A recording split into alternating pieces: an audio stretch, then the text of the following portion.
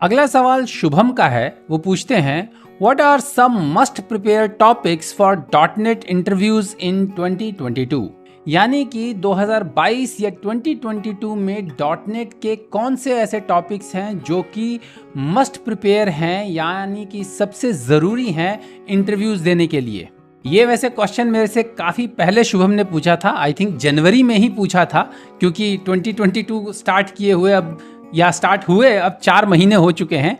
लेकिन मैंने अब ये पिक किया क्वेश्चन बिकॉज डॉटनेट के जो इंटरव्यू क्वेश्चंस हैं, मोस्ट ऑफ द केसेस में जो इंटरव्यू टॉपिक्स जो हैं वो आपके रिज्यूम पे डिपेंड करते हैं या इस बात पे डिपेंड करते हैं कि आपकी जो रिस्पॉन्सिबिलिटी है या किस जॉब रोल के लिए अप्लाई कर रहे हैं आप। लेकिन मैं आपको कुछ बेसिक टॉपिक्स बता देता हूं जो कि हर जॉब रोल में आपसे ये डॉटनेट के क्वेश्चंस पूछे ही जाएंगे या ये डॉटनेट के टॉपिक्स के बारे में पूछा ही जाएगा। जैसे कि सबसे पहला है आपका डॉटनेट फ्रेमवर्क के बारे में। जैसे आप ये बताइए कि CLS क्या होता है, CLR क्या होता है, डॉटनेट फ्रेमवर्क के कितने टाइप्स हैं। आज की डेट में कम से कम 4-5 टाइप के डॉटनेट फ्रेमवर्क है। डॉटनेट फ्रेमवर्क हो गया, डॉटनेट कोर हो गया, डॉटनेट 5 हो गया, डॉटनेट 6 हो गया। उसके अलावा डॉटनेट स्टैंडर्ड भी है। अब डॉटनेट स्टैंडर्ड में, और हालांकि डॉटनेट स्टैंडर्ड जो है वो एक फ्रेमवर्क नहीं है, इट्स जस्ट ए स्टैंडर्ड। लेकिन इंटरव्यूज में आपसे ये भी पूछा जाता है कि डॉटनेट स्टैंडर्ड में और बाकी के डॉटनेट फ्रेमवर्क्स में क्या डिफरेंसेस हैं, या डॉटनेट 5 में और डॉटनेट स्टैंडर्ड में क्या सिमिलरिटीज़ हैं। इस तरह की चीज़ें भी पूछी जा सकती है। सो बेसिक जो सबसे पहली चीज़ जो आपको हर डॉटनेट इंटरव्यू के लिए आपको प्रिपेयर करेगी वो है thorough understanding of dot net framework. उसके अलावा आप किसी भी तरह के डॉटनेट डेवलपर के जॉब के लिए जाएं, आपको एक चीज़ के बारे में ज़रूर पता होना चाहिए, that is your data access frameworks. Like आपको ORMs के बारे में पता होना चाहिए। फॉर एग्जांपल आपका एंटिटी फ्रेमवर्क हो गया। एंटिटी फ्रेमवर्क ज़्यादा पॉपुलर है, स्पेशली एंटरप्राइजेज ज़्यादा यूज़ करते हैं एंटिटी फ्रेमवर्क, क्योंकि नहीं, एंटरप्राइजेज ज़्यादा यूज़ नहीं करते, ज़्यादातर एंटरप्राइजेज तो अपना यूज़ करते हैं। सो आपको डेटा एक्सेस ऑब्जेक्ट्स के बारे में पता होना चाहिए, और आपको डाओ कैसे जनरेट करते हैं, डेटा टेबल क्या होता है, डेटा रीडर क्या होता है, इन सब के बारे में पता होना चाहिए। प्लस आपको एंटिटी फ्रेमवर्क के बारे में पता होना चाहिए, ORMs के बारे में पता होना चाहिए। जैसे कि आपका डैपर हो गया, एंटिटी फ्रेमवर्क हो गया, NHibernate हो गया, इन सब के बारे में पता होना चाहिए। जो भी आपने यूज़ किया है उसके बारे में पढ़ लीजिए। बेसिकली एंटिटी फ्रेमवर्क ज़्यादा पॉपुलर है क्योंकि माइक्रोसॉफ्ट अपने सारे ट्यूटोरियल्स में एंटिटी फ्रेमवर्क एक्सटेंसिवली यूज़ करता है और उसके बारे में बताता है।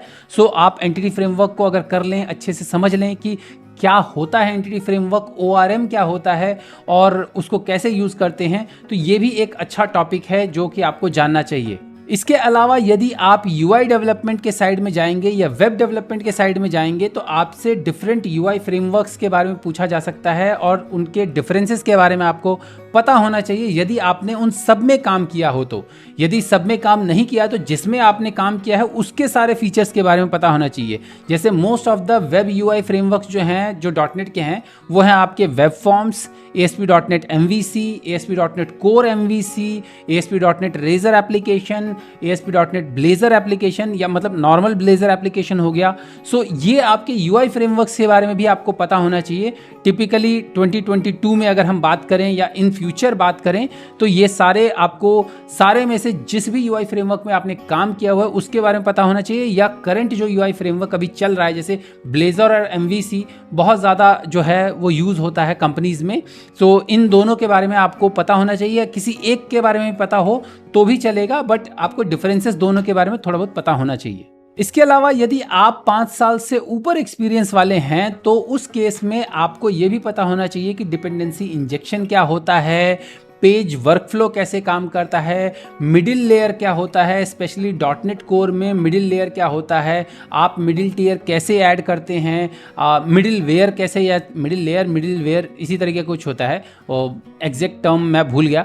सो आप इसको कैसे यूज़ करते हैं, सर्विसेज कैसे इनिशियलाइज की जाती हैं, आपके ट्रांजिट सर्विसेज, सिंगलटन सर्विसेज और आपका स्कोप्ड सर्विसेज में क्या डिफरेंसेस होते हैं। सो ये जो आपकी पाइपलाइन है, जो ASP.NET के रिक्वेस्ट पाइपलाइन, मैं वेब डेवलपमेंट की बात कर रहा हूँ कि आपको ASP.NET रिक्वेस्ट पाइपलाइन के बारे में आपको पता होना चाहिए। सो ये बेसिकली वेब डेवलपमेंट रिलेटेड आपसे ये सारी चीज़ें पूछी जा सकती हैं।